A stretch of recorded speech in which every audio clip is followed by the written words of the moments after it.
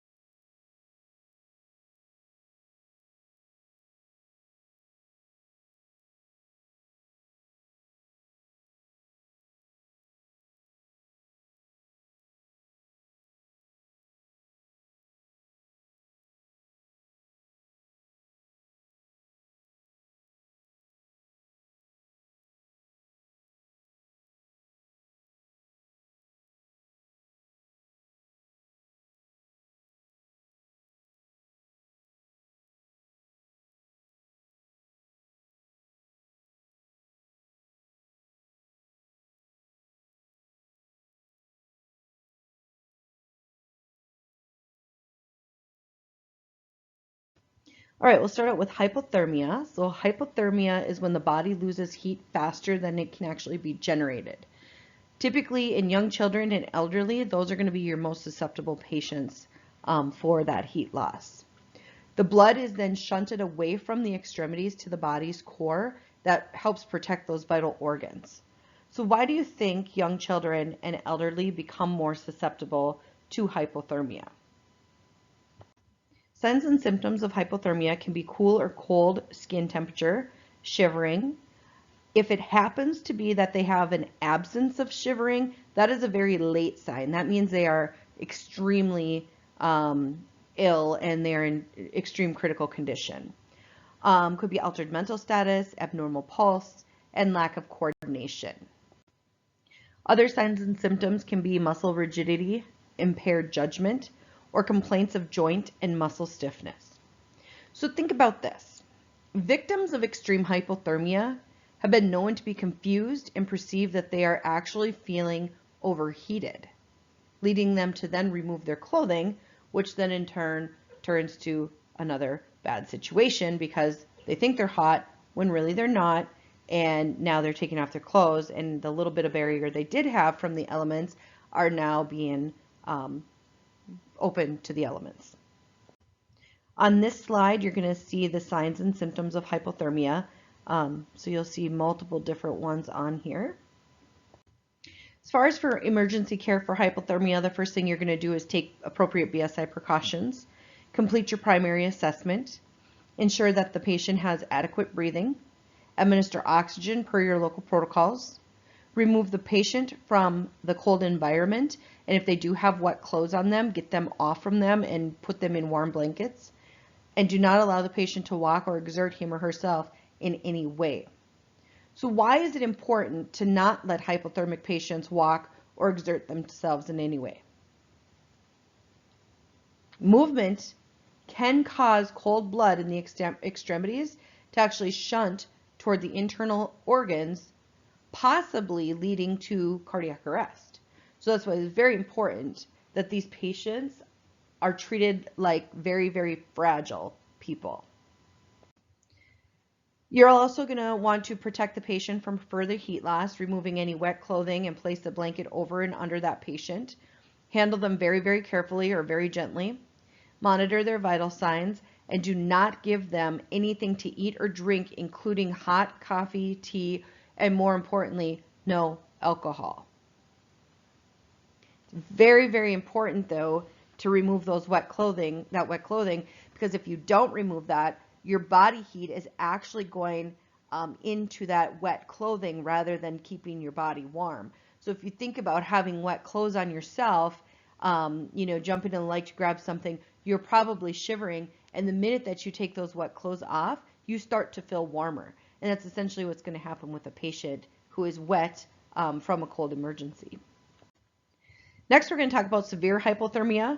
The patient at this point is going to be unresponsive with skin that's cold to the touch. Do not assume that the patient is dead though, okay? They have to be warmed back up, or at least a core body temp. And so essentially the patient's not going to be considered dead until they are warm and dead. So assess that pulse for 30 to 45 seconds. If no pulse, then begin CPR. The patient will not be pronounced dead until that core temperature is within normal limits or normal range. Localized cold injury. So if you have a cold injury or frostbite, freezing or near freezing of a body part, it is caused by significant exposure to cold temperatures. So anything below 0 degrees Fahrenheit or 17 degrees Celsius. So why do you think that the extremities are more susceptible to injury from extreme cold? One, a lot of the times, our ears, we do not have a hat on our ears. We do not have the appropriate gloves on our fingers. And more than likely, we probably don't have good enough boots and more so socks on our feet to help keep us warm. So if you think about this, wool socks, they talked about wool socks all the time back in the day. And like military will use wool socks. Wool socks is like a wicking material, so it pulls that moisture away from the foot, and that's why your feet stay warmer. For instance, my son is an Eagle Scout, and he did winter survival, and it was like 15 degrees below zero. And he actually stayed warm because he had the appropriate clothing on. He had wool socks on. He started out with cotton socks against his skin first, and then realized that his feet were freezing. He took his cotton socks off and put just the wool socks on next to his skin, and he said it was night and day. So wool socks on your feet directly will help. So with a localized cold injury, it occurs in the extremities, typically fingers, toes, ears, face, and nose. Again, they're more susceptible because they're just not covered normally very appropriately. They could be covered if we chose to, but a lot of the times we don't. Early signs and symptoms of a local cold injury is numbness or tingling of the exposed area, slower absent capillary refill, skin that remains soft, and if thawed, tingling and pain are present. Think about this. If you are outside shoveling snow and you don't have the appropriate gloves on, or if you have a pair of gloves but they're just not a very good pair, and you come in and your hands are absolutely freezing cold, and you go to put your hands under warm water and you feel the prickly tingly going through your hands, that means that your water is too hot, it's too warm. So you don't take fish out of a freezer and put it in hot water. If you do, you're not supposed to. So let that be another lesson in this class. But if you take fish out of the freezer and you want to thaw it, you're either going to just leave it on the counter to thaw, or if you need it quicker than normal, then you're going to put it in cold water to thaw it that way.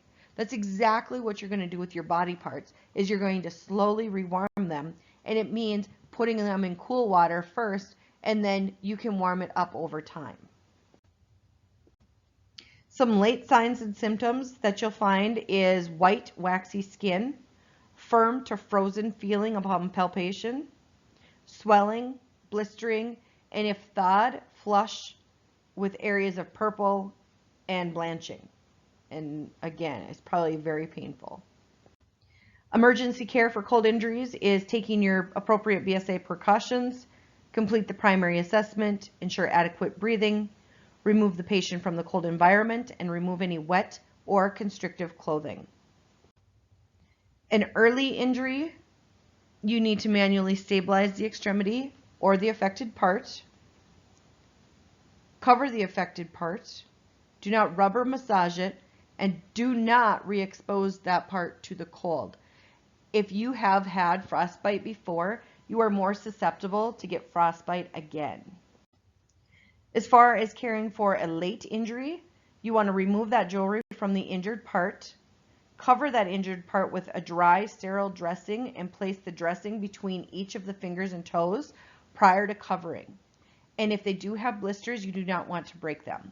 Why is it important to remove that jewelry from that affected part?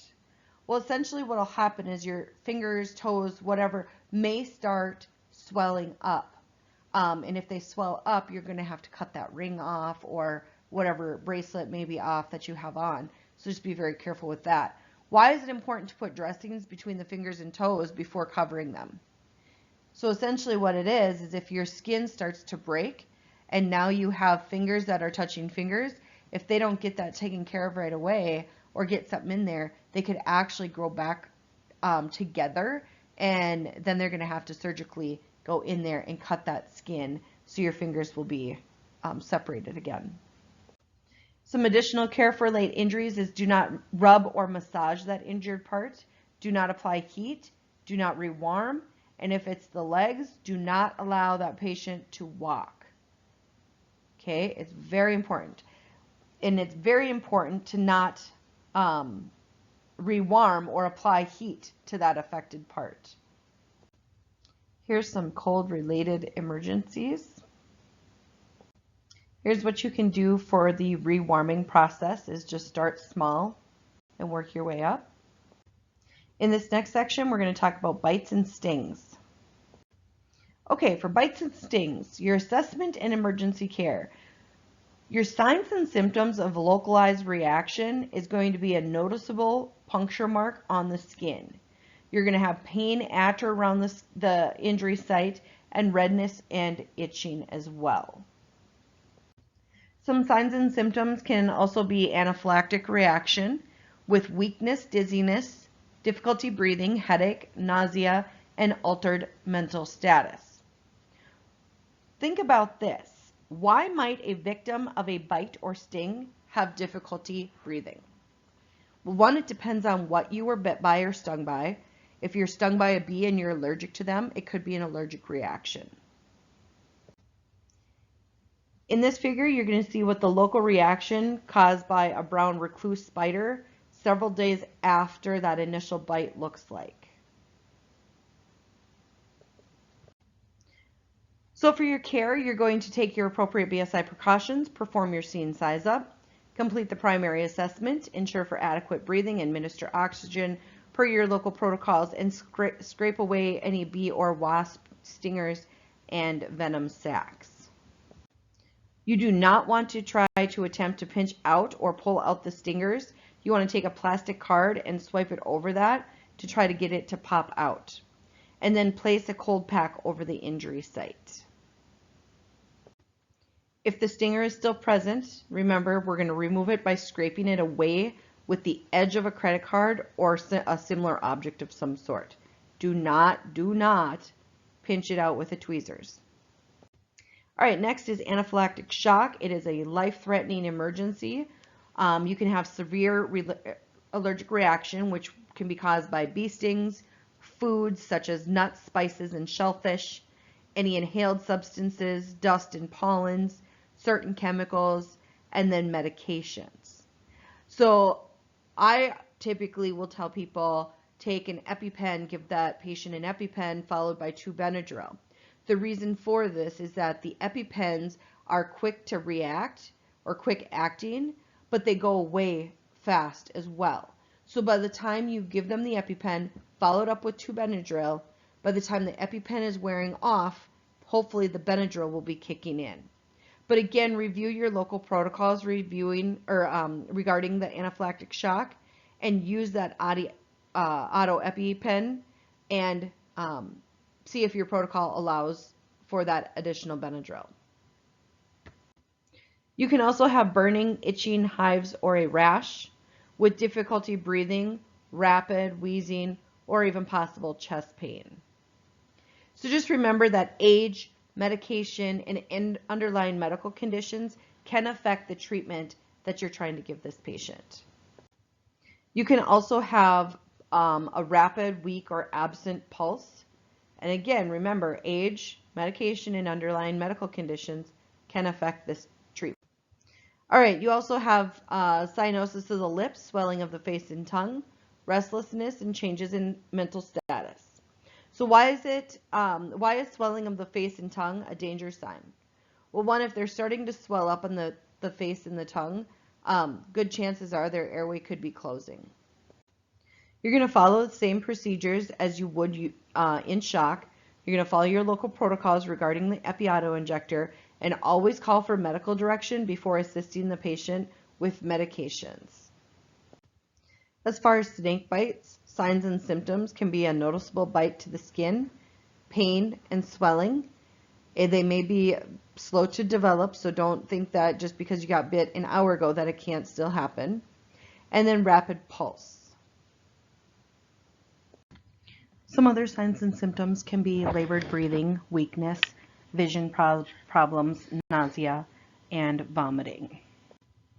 All right, so care for snake bites, you're going to take the appropriate standard precautions, perform a scene size up, complete the primary assessment, ensure breathing adequacy, and locate the fang marks and clean that site with soap and water, and then remove any rings, bracelets, or any constricting items.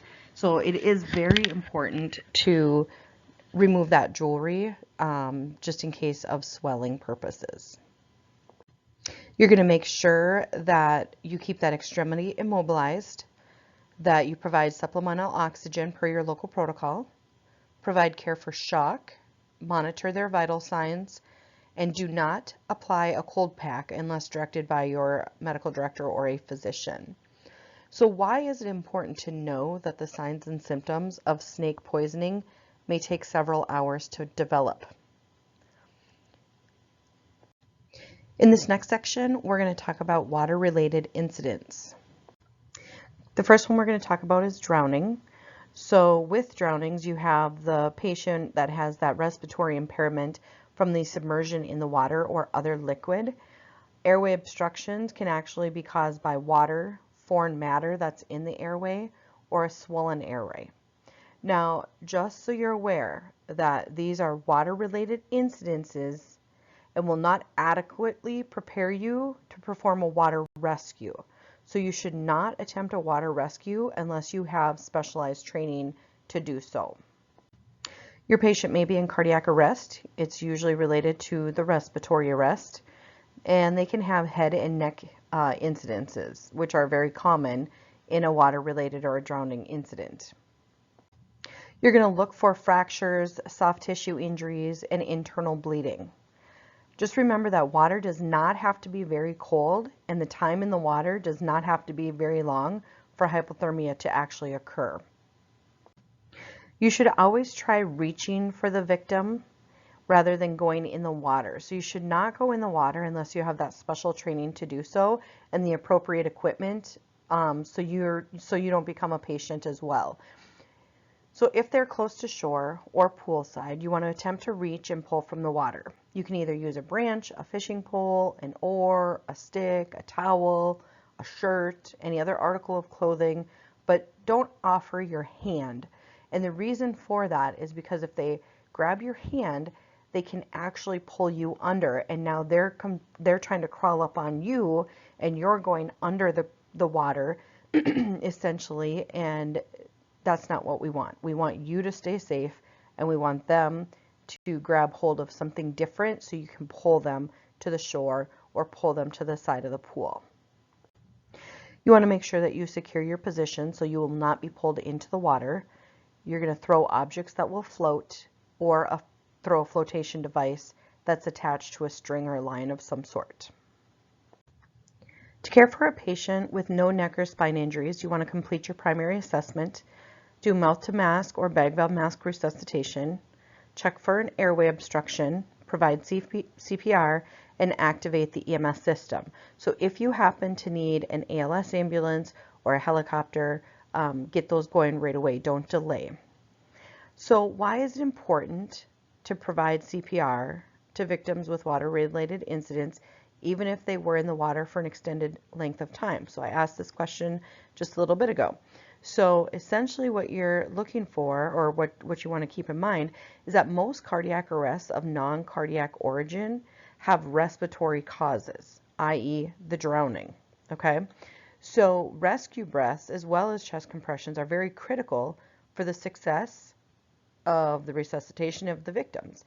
So most drowning victims will actually have sustained cardiac arrest secondary to hypoxia. So that's why it's very important to do CPR, even though they are or have been underwater for an extended period of time. If the patient is breathing, perform a primary assessment and control their bleeding. Cover the patient to conserve body heat and remove any wet clothing to minimize heat loss. If the patient can be moved, you want to take them to a warm place, but do not allow them to walk. You can place them in the recovery position and make sure you're handling gently at all times. With patients with a neck or spine injury, you want to turn the patient face up in the water, begin your primary assessment, provide rescue breathing, and then float the patient to shore while providing back and neck support. When the patient is out of the water, you want to attempt resuscitation and check for and control any serious bleeding. So what should the EMR be prepared to manage while resuscitating the drowning victim? Vomit, okay? You need to be prepared for vomit in that patient. So make sure you have your suction ready to go. Make sure you have a bag valve mask ready to go so you can breathe through them if needed or assist with breathing. All right, next is submersion injuries. It's normally associated with scuba diving. Then you can get the decompression sickness. So it's where nitrogen bubbles in the bloodstream. It's called the bends. In Minnesota, Lake Superior does have them once in a great while. You'll hear stories of that. Common symptoms of decompression sickness can be dull and aching pain in the joints, and typically very slow onset of 1 to 48 hours to appear. These patients will need to go typically to the hyperbaric chamber, which is down in the Twin Cities. So again, getting a helicopter on standby or at least giving them the heads up is always a good idea. Okay, with decompression sickness, you can have mild to moderate signs and symptoms, which include fatigue, pain to the muscles and joints, numbness or paralysis, choking, coughing, and labored breathing. So signs and symptoms of decompression sickness may not appear for like maybe an hour, maybe up to 48 hours after they have gone diving. So why is that important for us to know as responders? Well, one, if we are not aware that they went diving, we might not even have an idea that they may be in this emergency where they have the bends, okay? So it gives you an idea of other things to look for, vital signs to take, and so forth. So hopefully the patient tells you that they were diving, and just know that if they call you a day later, they can still have the bends. They can also have chest pains, collapse, and be unresponsive. They might have blotches or mottling on the skin, and they may change in appearance.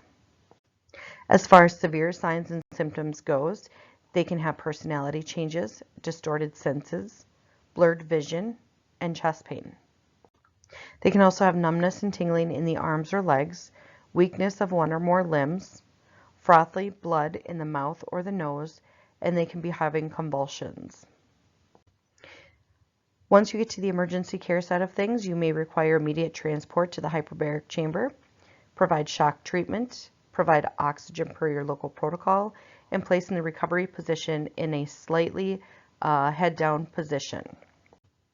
In this section, we're going to talk about ice-related incidents. As far as ice-related incidents goes, unless you're trained to work on ice, do not attempt to do a rescue on ice. You can have major problems reaching the victim. Never attempt an ice rescue by yourself, and never go onto the ice that is rapidly breaking up. You want to throw a line to that victim or reach out with a stick or a pole. So why is scene safety especially important in an ice-related incident? Well, think about it. Ice is ice, okay? Yes, we live in Minnesota, or this class is being taught in Minnesota. Um, you don't always know when ice is going to be safe. It might be 10 below for the last 2 weeks, and everybody's driving out there with trucks and fish houses and side by sides and you name it. But it could be just one spot or one area that is compromised. And so that's why ice-related rescues are very important to watch your scene safety, because no ice is safe ice. So you want to throw anything that will float. Ice rescues require special training, protective clothing, and rescue equipment. Broken legs and hypothermia are often problems. Do not attempt to actively rewarm a severely hypothermic patient, and activate that EMS system. Again, either an ALS crew or a helicopter if necessary. You may end up needing an ice rescue team as well, and so that is another thing that you can activate. But why do you think broken legs and hypothermia are often an ice-related incident? Well, think about it. You're out on the ice, you slip and you fall, very easily, or possibility of breaking the leg, and now all of a sudden you can't get up and there's nobody around for a half a mile and they can't see you, and you left your phone inside your truck, and now you sit out there freezing. So that can very well be a case in ice-related incidents. All right, let's go over the summary. Body loses heat through radiation, conduction, convection, evaporation, and respiration. Hyperthermia is hot, humid environment that may cause the body to generate too much heat, creating abnormally high body temperatures. So remember, hyperthermia, hyper is always high, so it's a high body temp. Some early signs can be cramps, excessive sweating, rapid weak pulse, and weakness. Heat cramps come on sudden and sometimes severe muscle cramps, and often occurring in the legs. Heat exhaustion is prolonged exposure to heat. It creates moisture, pale skin that may feel normal or cool to the touch. Heat stroke, you can have prolonged exposure to heat, hot, dry, or moist skin, altered mental status, rapid breathing, and it is considered a life-threatening emergency. As far as the emergency care goes for heat emergencies, you want to remove that patient from the hot environment and cool with water and fanning. Hypothermia, on the other hand, is a rapid heat loss creating state of low body temperature, cool skin temperature, you can have shivering, and decreased in mental status. Now remember, hypothermia is a low body temperature. You can also have stiff or rigid posture, poor judgment, and temperature does not have to be below freezing to actually occur. So remember, hypo is low body temperature. Frostbite is freezing or near freezing of a body part. They will have the feeling of cold followed by pain, numbness, or tingling. As far as emergency care, you want to remove that patient from the cold environment, remove any wet clothing, and keep the patient calm and warm, and then stabilize any cold extremity. You want to care for injected poisonings other than snake bites by caring for shock, scrape away the stingers and venom sacs, and place ice bag or cold pack over the area. Emergency care for drowning includes the safe removal from the water, performing a primary assessment, provide rescue breaths or CPR as indicated, and be mindful of head or back injuries. All right, so care for snake bites are going to be to keep the patient calm and lying down, clean the site, and keep the bitten extremities immobilized. You want to alert the dispatcher and care for shock. Once you get to anaphylactic shock or an allergy shock, it's a very life-threatening emergency. Allergic reactions affect the respiratory and the circulatory system, so you will need to start cares for respiratory emergencies. Signs and symptoms of anaphylactic shock can be burning or itching the skin, hives, difficulty breathing, rapid weak pulse, swelling of the face and tongue, cyanosis, and altered mental status. You're going to care the same as for other cases of shock. You're going to transport the patient to the hospital and care for according to your local protocols. You're going to ask the patient about allergies during the interview and look for medical identification devices. Many submersion injuries related to scuba diving and result when a person ascends too quickly. The bends is the result when tiny gas bubbles form in the tissues, causing pain. In severe cases, these bubbles can form air embolisms that obstruct the blood flow, resulting in death.